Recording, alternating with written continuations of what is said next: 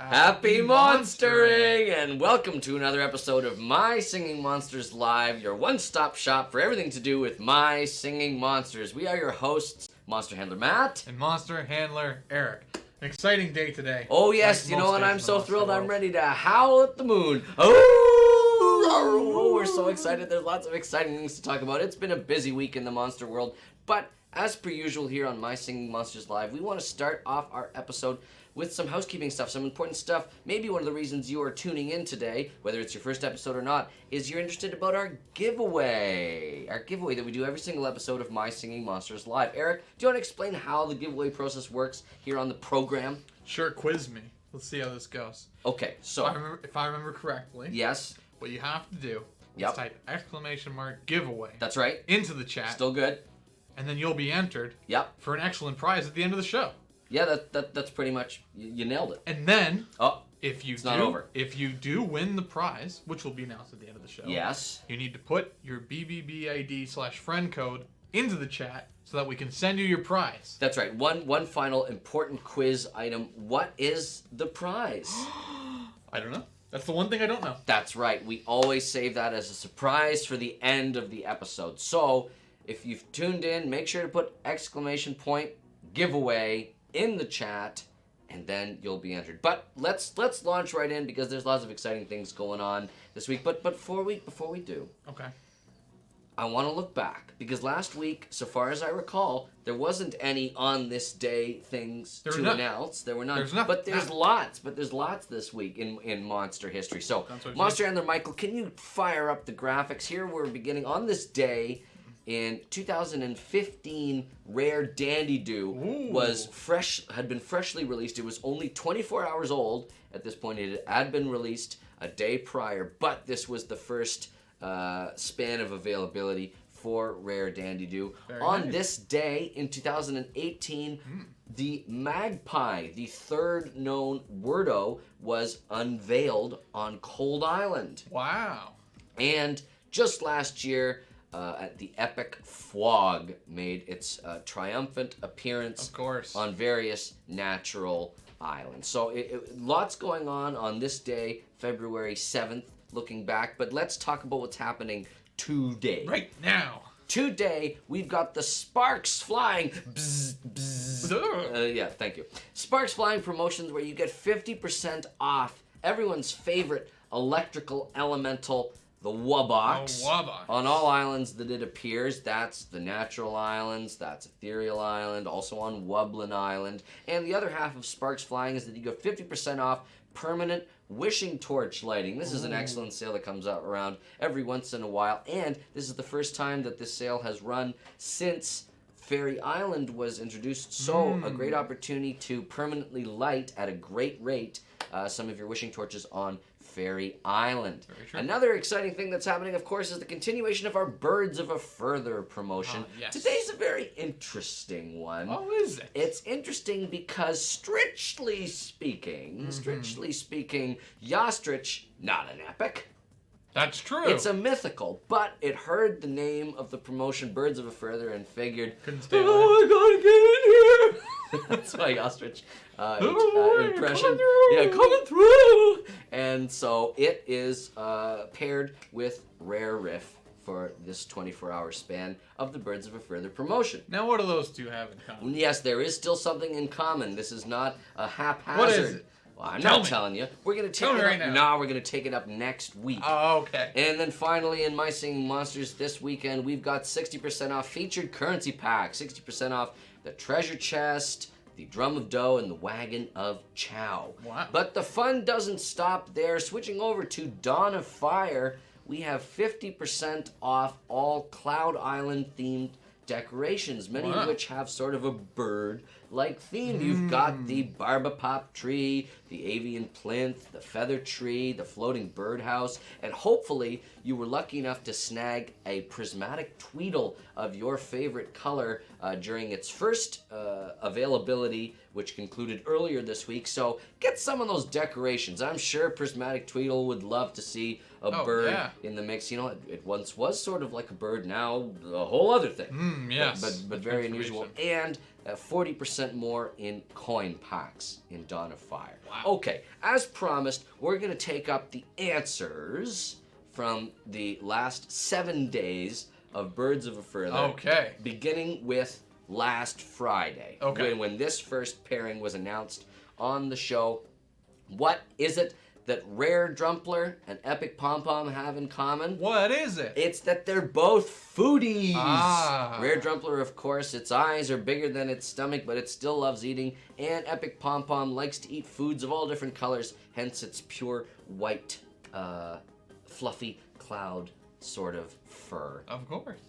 So that's the first pair. Yes. The next pair was, if I'm not mistaken, Rare Rebro and Epic T-Rox. What did those two have in common? What is it? Well, they both have mechanically enhanced suits, and more specifically, Of course. Epic T-Rox had as their mentors for this transformation the Rebros of Air Island. Oh. So there's an even deeper connection there between those two. Next up, we've got Rare Toejammer and Epic Fwog. What did they have in common? I actually got this one. Did you? Yes, it was that they both have things sticking out of their body. Yes, protuberances. Ah. Not often you get to use that word, so take advantage of it every time that you can. Protuberances. Be they marshmallows or be they semi-transparent horns, those both work. Next up is Rare Pango and Epic Noggin. There were a lot of good answers to this one, and I'll accept all of them, but the answer that we came up with is that they both have longer nails / claws than their common counterparts. What I liked about the Epic Noggin in that picture is the blushing almost looks like it's just pink coming up out of the where normally red comes up. That was very nice. This next one, not exactly too challenging, but as we promised, Okay. there's various scales of difficulty here. Yep. What do Rare Pom Pom and Epic Mammoth have in common? They're both purple. Both purple. Doesn't get any more complicated than that. Next, this was an interesting one. Okay. We had Rare Kongle and Epic Drumpler. Now, of course, Epic Drumpler's availability still ongoing. Yes. A new Epic. I forgot that during my talking about what was Oh, we happening didn't this even- week. We howled, but we didn't explain. Oh, okay. People Well, saw it. yeah. All right. Well, that's good. Epic Drumpler, of course, the last natural epic to be discovered. And I hadn't done enough research to get this one. I wasn't sure. Well, I'll tell you what they have in common is that they both have unusual ears. Ah. And some people might be going, ears? Aren't those wings on Rare Kongle? Yeah. We're not sure. Oh. It's the jury's still out as to whether or not they are wings or ears that work like wings a la Dumbo. That does make them unusual. We're not really sure. And then finally, what's going on with Rare Cybop and Epic Quibble? Well, they both aspire to be like their common cousins, but in different ways. Okay. Rare Cybop bases its appearance on ancient cave drawings dating back to the era of Dawn of Fire, but we've since debunked that myth, and that it's just Cybops imagining different enhancements for their bodies.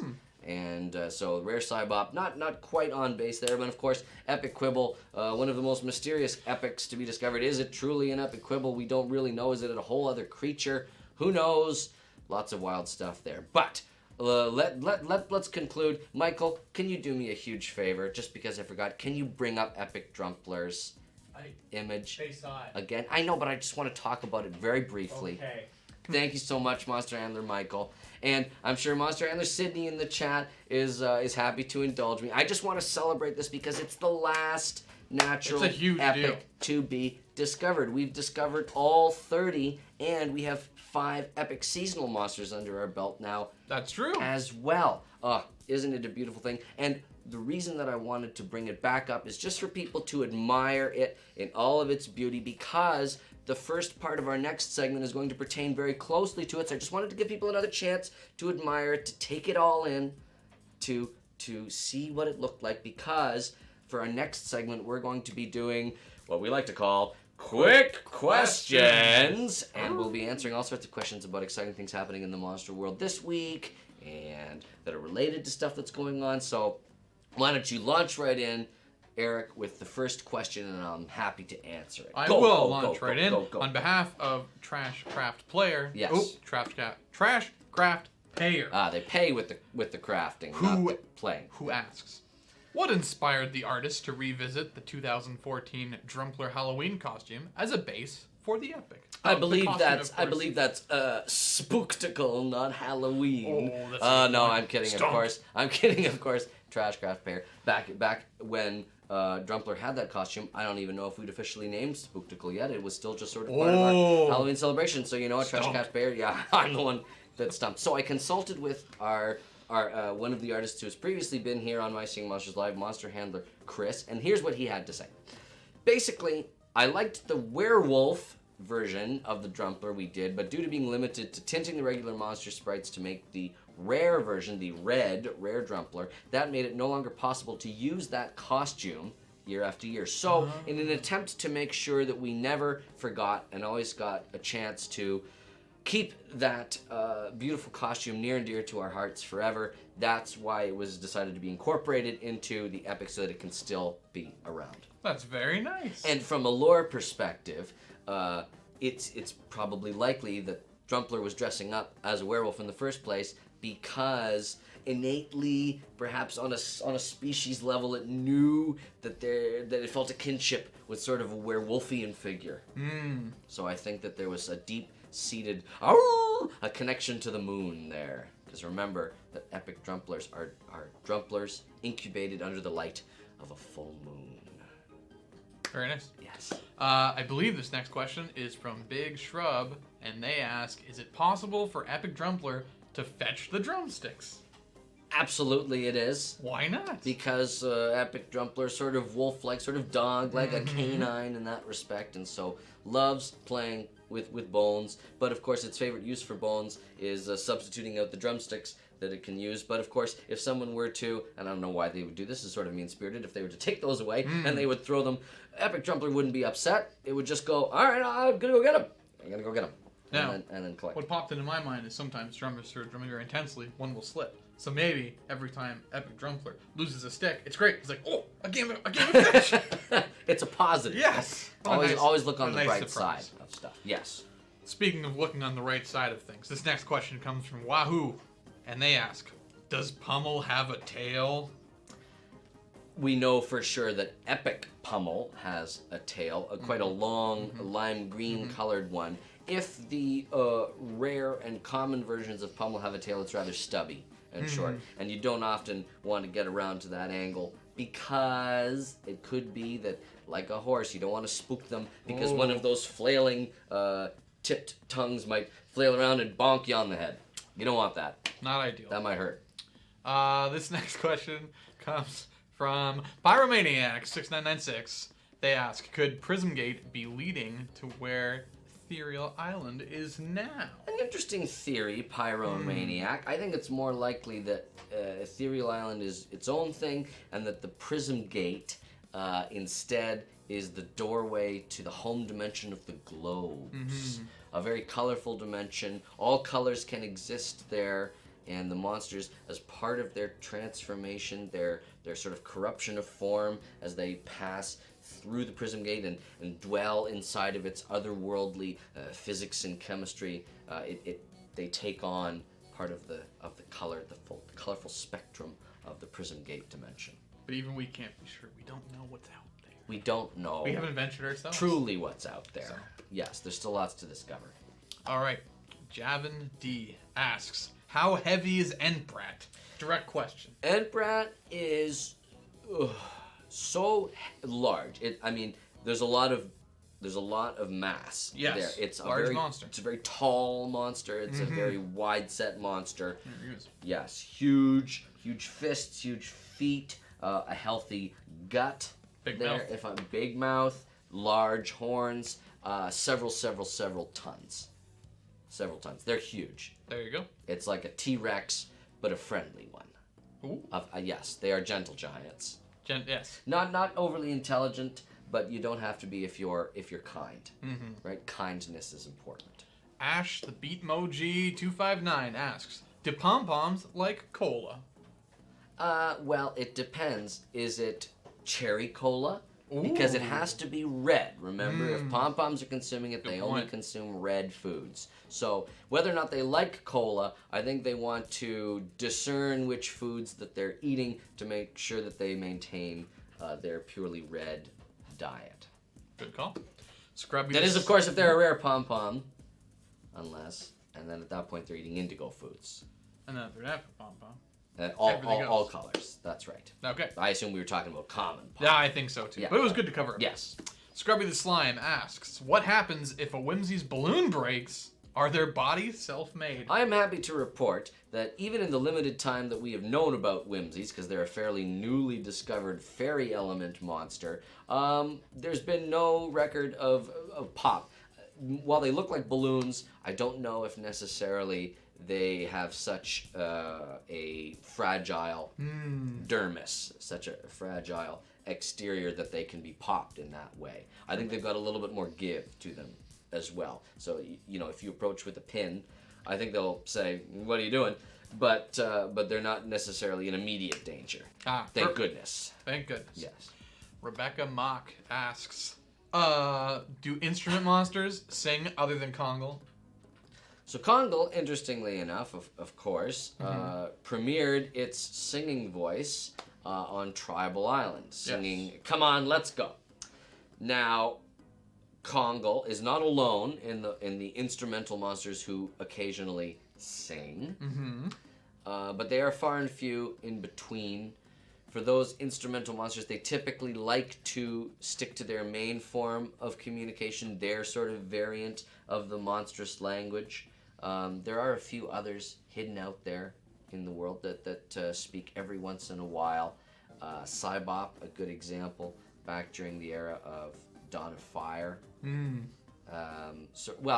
Already a vocal monster, but singing words, perhaps. And that's sort of a strange thing in the first place, right? Like, we can understand those words, but is it just because they've been translated? Is it sort of the same case with the wordos? Oh, there's so much. It's a dense topic of study. It's Monster Handlers are still sort of figuring all that out. Yeah, still a lot of questions. It changes weekly. Yeah. The science is ongoing. Ongoing science. The Maple Bee asks, in the monster world, what brings you to the conclusion as to which variation is a rare or epic? And in the lore, why did the rare show up first? Oh. In the monster world,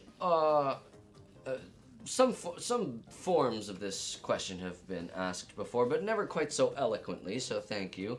How do we know who's a rare and who's an epic? Oftentimes it'll be when they introduce themselves. Exactly. They'll say, yes, I'm Rare Scups. And you go, are you sure you're not Epic Scups? And they'll go, no, I don't know anything about an Epic Scups. And then Epic Scups will come in and say, yes, I am an Epic Scups. And then we go, oh, okay. We sort of take their word for it. There's not a lot of jockeying for position in there. They're all happy to sort of, their identity is pretty concrete. And they're just saying, yes, I am a Rare Scups and I'm owning it. That's what I am. Similar to how Epic Quibble said, I am Epic Quibble. That's right. And everyone went, okay. Okay. Hence why it's still called Epic Quibble, because it maintains that it is Epic Quibble. And That's right. Okay. There's no challengers. That's right. We have not seen any other Epic Quibbles sort of come forward. That's right. Yeah. Color King 99 Official asks, why do the Psychic and Fairy Islands seem somewhat similar to the Space and Cloud Islands? I feel like we've... Very perceptive. Yeah. That's because Psychic Island, the Titan Crowlaft, occupies the space where Space Island once was, and the Facade Titan of Fairy Island occupies the space where Cloud Island once was. Around the time that the continent broke apart and the various elemental lands became what we now know as the natural islands, the outer islands blipped out of existence. We don't know where they went. Now, there are some working theories that may have something to do with the growing power of the Prism Gate and the fact that it is a portal to somewhere else. Could the portal become large enough to swallow up an entire island? Don't know if the science supports that yet, but if there's one thing we learned about Monster World science is that it plays fast and loose, baby. All right, last question here All right. from Spinoro. What's your favorite island you have created? Well, I haven't created any islands, so... I suppose they're using the Royal U, all of Big Blue Bubble. What's my favorite island that's been created? Yeah. I really like,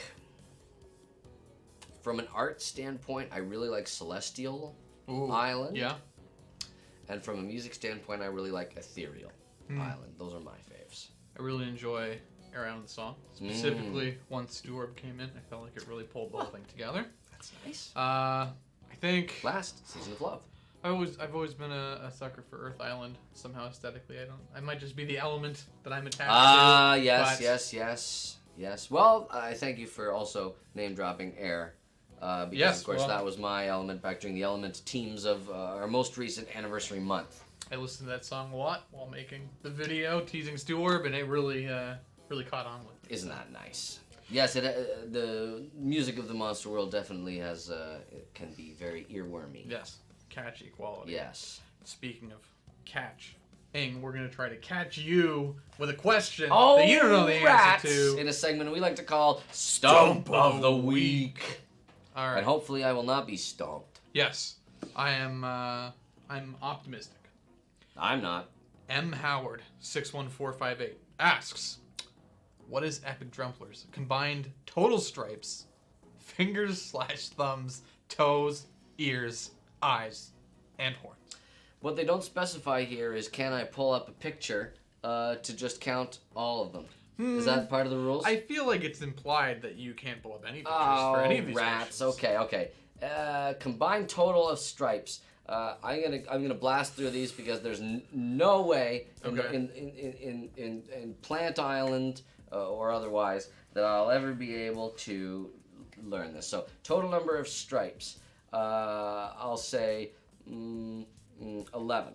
Total number of fingers and thumbs. 1, 2, 3, 6, 7, 8, 9, 10 fingers and thumb. 6 fingers and thumbs, 4 toes, 4 ears, 2 eyes, 2 horns. How'd I do? What is that? Am I gonna get them Do I want a total? Combined total. Combined total. So I said what? 11 plus 6, 17 plus 4, 21 plus ears 25 plus eyes 28 plus horns 30. 30. Stumped. What was it? I believe the answer was 44. Where did I? I think 41. The answer was 41. 41. So I was really I had half the number of stripes that I should. We had the breakdown. That's okay. If anyone is curious. I'm sure Monster Handler Sydney will break it down. Would you like the breakdown? I can give it to you. Oh, sure. Let's hear the breakdown. All right. Okay. Just how wrong was I? 22 stripes. Okay, so I said 11. Fingers and thumbs, they have 6. Yep, got that right. Toes, 4. Got that right. Ears, 4. Got that right. Eyes, 3. Got that right. Horns, 2. I only got stripes wrong. This is the thing, and you were exactly half. So I wonder if you were counting one color stripe and they were counting both colors. An interesting theory. It would explain everything. I like the theory. Can it be changed from a stump to a winner gagnant? I think. No. I think at worst we can definitely call it a draw. Draw. We'll look into it. Oh, great. We'll follow up. Okay. I'm not optimistic. But speaking of looking into I am things, optimistic though about taking a look at things like you say. Yeah, let's look into Let's some look at some monsterpieces. beautiful monster pieces. Yeah. All right, let's start with this lovely pixel art of a furcorn traipsing through some unknown environment Look because of at course that. it's on a white background, but beautifully rendered pixel art and some beautiful notes emitting from its little mouth. Singing its song, living its life. And who was that by? Monster Handler Michael. Fast on the draw there. We want to be able to name drop the artist. Monster Handler Michael, do you have it? Right, I have it up. Monster Handler Michael letting us. Oh yeah, thank you. So this is from Nefast Greentail. Excellent. Well done, Nefast Greentail. Thank you.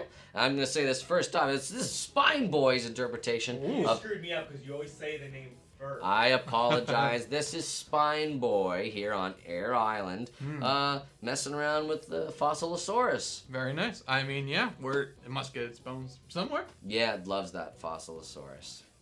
And I like this interpretation of Epic Drumpler on all fours. Very wolf-like. Very curious, very interesting. Ooh, some artist.png has this very angular version of gassed. Very cool. I really like the detail with the tail sort of. It's sort of fading out. Yeah. Yeah, I like the eyes, like the shape of the eyes. Very good. Sort A lot of character. Yeah, trapezoid, but not really. Speaking of a lot of Small character. fries. I love this version of Sousa because it looks like, hey, you guys, sticking around. It kind of That guy. reminds me Remember of. him? I think there's a cartoon called World of Gumball or something. Oh yeah. I feel like it's kind of similar to that style. Yes, Hope I it's a feel compliment. like Sousa is here with some exciting news to share. Yeah. And he's going, hey, you guys. I got something nice to share. Whoa, here, Handler's Sock Thread has a beautiful version of all of the wordos that have been discovered today. Look Left to at right, that. we got Magpie, we got Talker, we got Persona, and we got Stu Orb. Look at Stu Orb there making, Yeah. sticking its tongue out, What a being silly, goof. very goofy, but Looks lovable, Kind right? of looks like they're at a party. It does look like Nice. they're at a party. Multi-layered back. Very nice. Yes. Oh, here from Blue Jasper, we have a very sleepy mammoth. Resting after a party. That's right. And lots of fireflies floating around against a beautiful backdrop. Is that a sunset? Is that some sort of a nuclear You notice, event? you notice the detail in those snores? Yes. They are backwards Z's. Very nice. Wow, from Snooky Zenho is this beautiful plexi. Love the art, the lighting. Mm-hmm. Like the dark shadows and the bright highlights, and very faithfully adapted version of the brain case of Plexi with all of those brain bits and tendrils sneaking Looks around. almost celebratory. Very And- excited. Yes, and this is of course young Plexi from yes. Celestial Island, not the adult Plexi from Starhenge. Very awesome. From Dino001, Wow. and Dino sort of works because there's some bones here. There's Bona Petite, and they've been separated. Bona's doing its own thing, Petite's doing its own Boy, thing. is it Bona's ever. having a Bona's doing a big dance Yeah. there. It kind of reminds me of the electric jolt that it did in the club box. Yes, it certainly does. This Bona Petite angle is giving me a strong Maurice Sendak vibe, where the wild Bon Appetites are. Yeah. Yes. You know what I like? What do you like, Michael? I like the like symbols that they do them behind them. Yeah. Very cool. I'd like to Very see that for graphic all of them. Yeah. Yeah, love it. Very nice. Love it. From Anna Julia Dutra 5, here we have a lovely glowl, looking very griffin-like. This glowl, Very but communing peacefully with one of the little critters from Firehaven, the little fire bats. Isn't that nice? It They is- do. it They is. do have a lot in common. And I wonder suppose. where this is set. Is this in the night sky? Is this glowl on one of its expeditions above the surface of Firehaven? And if so, has it brought its little fire bat friend along for a field trip? Isn't Very that sweet? cool. That would be awfully cute. That's very nice. Because I mean, I guess you think they have a lot in common to talk about. They do. They do. Both winged creatures. Yes. From Right. a fire environment. It's excellent. So, oh, and here is Achu Happy of a lovely candelabra wearing winter attire. Yeah, some very nice earmuffs, Very nice. but they're not burning. No. It's good. Yes, it's good that Candelabra can exert that level of control. Mm-hmm. Yeah, the outfit sort of reminds me of a certain Disney princess.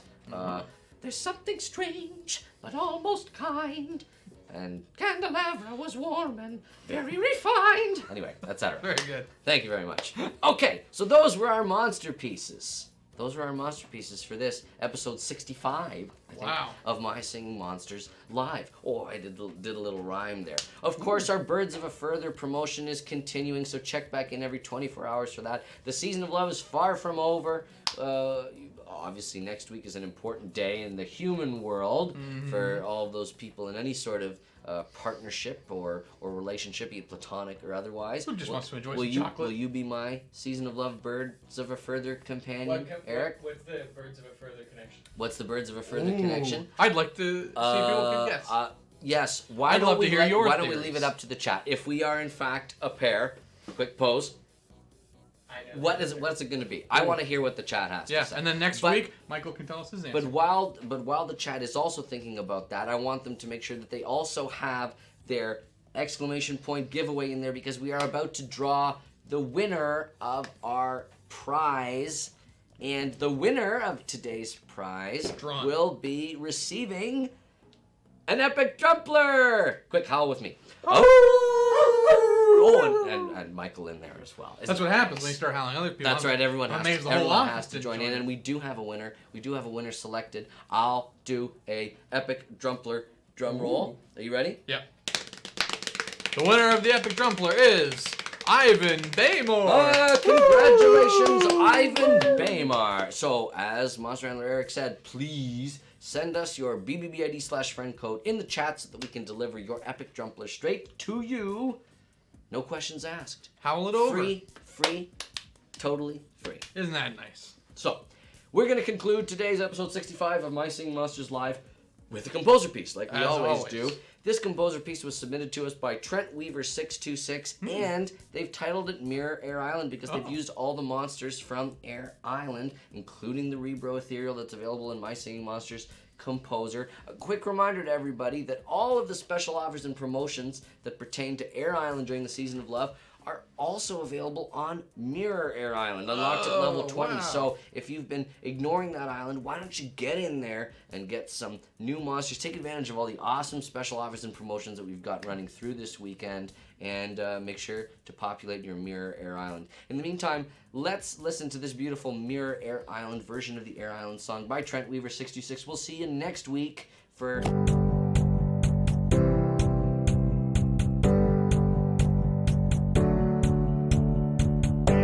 See you then. Until then, Happy monstering!